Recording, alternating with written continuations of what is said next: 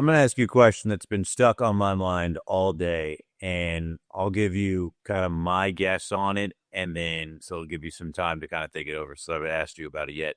But after we went over the possibility of the Suns doing the kind of the elongated release of Bradley Beal, if they decided they wanted to do that and kind of stretching it out, and if he were to become a free agent, we talked yesterday about kind of what that would mean for Phoenix and getting them under, the second apron. But then I got stuck on this question of what does Bradley Beal command on the open market right now?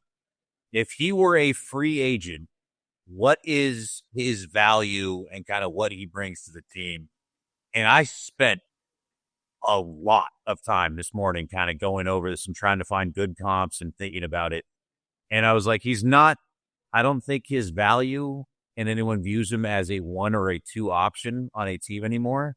And if he's going to be your third option, there are so many better guys suited for their skill sets to be a third option. And so then he falls into this category of like, I don't know where he's still averaging 20. He still can play in this league, but it's like, I don't know where you kind of put him. And so I initially thought if it was a team that wanted to keep him for a few years for whatever reason, like a Detroit or something like that, I thought Detroit maybe was a fit kind of playing in my mind. Maybe a 2-year 48 just because the money's crazy right now. Is it a 3-year 70? Does he get something in that neighborhood? I was like, or is it a team like, I don't know, the Spurs, and they just said, we want one extra shooter to try and create a little bit of space for Wemby. And is it a 1-year deal at this point? Is that all he's going to get for the rest of his kind of time in the league and won at 17 or 18 million? I don't know, because the first problem is I don't know what you do with him with his skill set and at this point in his career, I guess. And also, like, again, if he's your third option on the team, he's not a guy that plays defense. He's not a 3-and-D guy, which is normally what your third option is going to be. So I just don't know what his value is after this stint with the Suns. A lot of stuff to digest there. Just kind of curious your thoughts on like where his value is now across the league. Yeah, I mean, when we're comparing his value to, the other third options, like we actually should be doing, I like to lean more towards Austin Reeves of the Lakers. Now, Austin is in a particularly different situation where he's only making 12 million a year and he's playing like he's worth 30, north of 35 million right now. And so when you compare that, I think Brad would maybe be worth around 18 to 20 nowadays. I think he's certainly on that Russell Westbrook arc where if we're going to look up in a few years and he's, taking minimum deals every other year. But right now it's just, I think he'd be worth more to a younger team, kind of like the Spurs and the Pistons that you said. He'd be worth more to them than he would be to kind of a little bit of a veteran team trying to establish themselves like the Suns right now. So yeah, I think, and I honestly, I'm gonna be honest, I still think that he has the adequate skill set to be an average to above average third option. I mean, he showed it tonight. He came out yesterday after the game, media questioned his aggression. And he came out today and he was being super aggressive. He was looking for his buckets. He shot 17 shots today.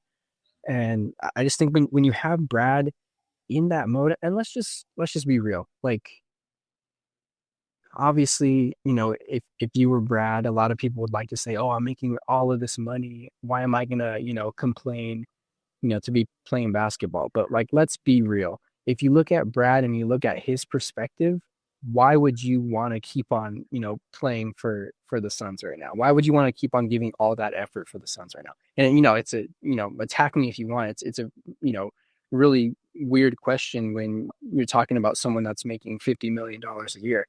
But like, let's be real. If Bradley Beal was motivated and he had, a team, not just a fan base, a team that backed him, because let's be real, I'm pretty sure some Suns players on the roster would rather he not be here. Yeah. If you have a motivated Bradley Beal who is, backed by his team, backed by his fan base, I think he's still worth a little bit more than we're giving him credit for.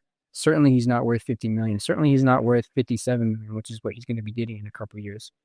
I think, you know, to round out this very long-winded answer, and I can't believe we're spending about like 7 minutes on Bradley Beal's worth right now, but it was a really good question. So I think right now, to a young team where his skill set would be utilized a lot, I think he's worth around 18 to 20.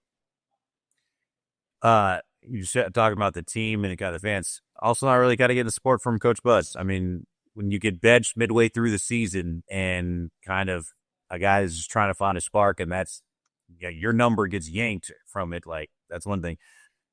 Two things. One, I was trying to find a comp in my head, and I thought maybe like a Contavious Caldwell Pope, and looked at his contract, and he got a 3 for 66 going to Orlando, and I was like, okay, maybe if that's something, as you were making about 20 million a year. And then I had another friend that told me like, oh, like he could be on a Russell Westbrook type deal. Russell Westbrook, I didn't even know his contract to look it up. It's a 2-year, $6 million contract. And so you want to talk about a range. And then when I put it online and I you can check and see like what people would be projected, this is what really blew my mind. They said on a free agent market right now that he'd make anywhere between 28 to 35 million a year. So, I mean, you're all over the place everywhere you look kind of on what you want to spend on this guy. It's tough. And yeah, I don't know. We'll see. I guess it's a few years out because he's not going to do anything else with that contract. If you're going to make 57 million in a year, like why would you? Let me ask you something real quick. I saw this idea and it, I may be just naive to it, but someone brought up the idea of like, what if Matt Ishbia and the Suns just make history and buy him out, buy out his max contract, just flat out buy him out, total reset. It would be a historic buyout, but I mean, let's be real. It's what, like 1% of Matt Ishbia's net worth. I mean, I don't know. What do you think? Do you think that that's even possible? I could just be, shooting So for the it's like stars right now. it wouldn't be like the full value left, right? Like I think it would be like 40 million the first year, then something like 45 around there. So you're talking just straight dead cap out of his pocket, call it 90 million, something like that. That would be insane. And I feel like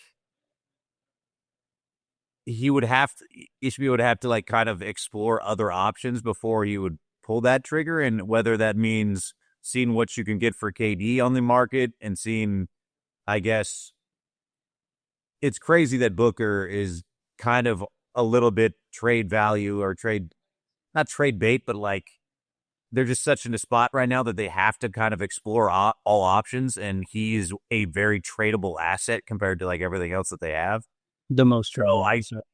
I would say like explore those other things, but that would be crazy. Like, and also not unbelievable in the fact that if you get to be a guy like Matt Ishbia, like you get there by taking chances. You get there by being a guy that's willing to kind of put the money first and gamble and go after things and just be an absolute winner. And like, that's what you care about.